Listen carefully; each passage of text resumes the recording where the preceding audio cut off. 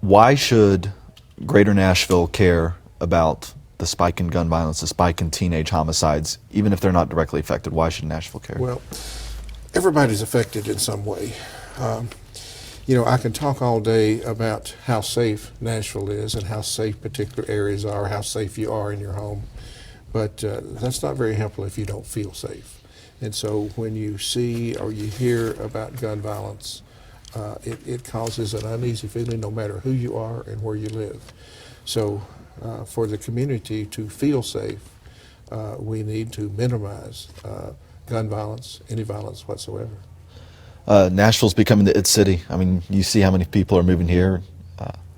You're adding officers, I'm sure, to the force as well in response. How is the city's growth playing into the spike that you've seen in homicides this year?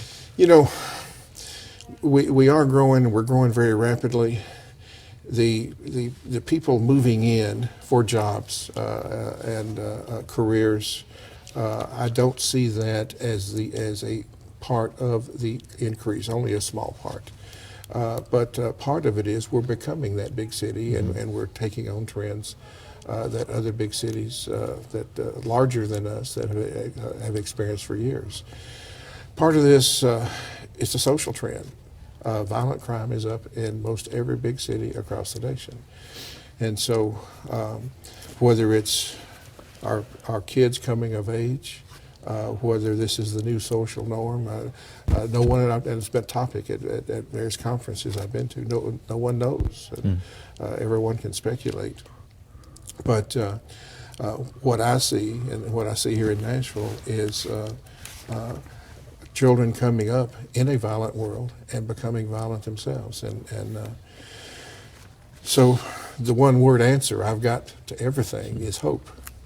If you grow up in an environment where you have no hope of a future, then you fall into a crowd or with associates, with friends, that in fact gun violence is prevalent.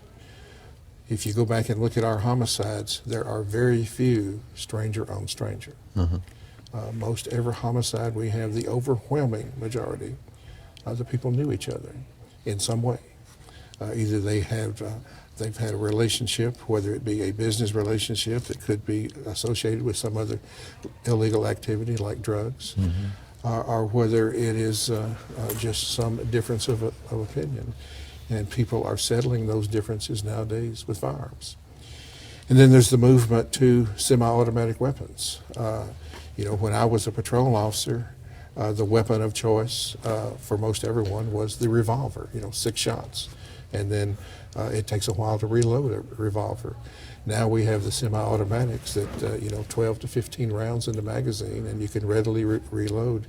So in the past, where we might have had 1 or 2 shots fired at somebody, now we've got 10 or 15 fired. And unfortunately, every bullet is going somewhere. And there's no such thing as a stray bullet. It's going somewhere. And the homicide that you mentioned over in Cayce, the young girl sitting on her own porch and was hit by one of those bullets that's been termed a stray bullet, but no, it was headed somewhere, and it's going to hit something. And in this case, it hit a young lady and killed her. You talk about hope in the communities and how important that is. What role can your officers play in giving hope? I guess on that note, community policing and the importance of that. Well, unfortunately, there is not persons in those young children's lives that push them forward or give the encouragement, acting as mentors. There's parents, relatives. So our police officers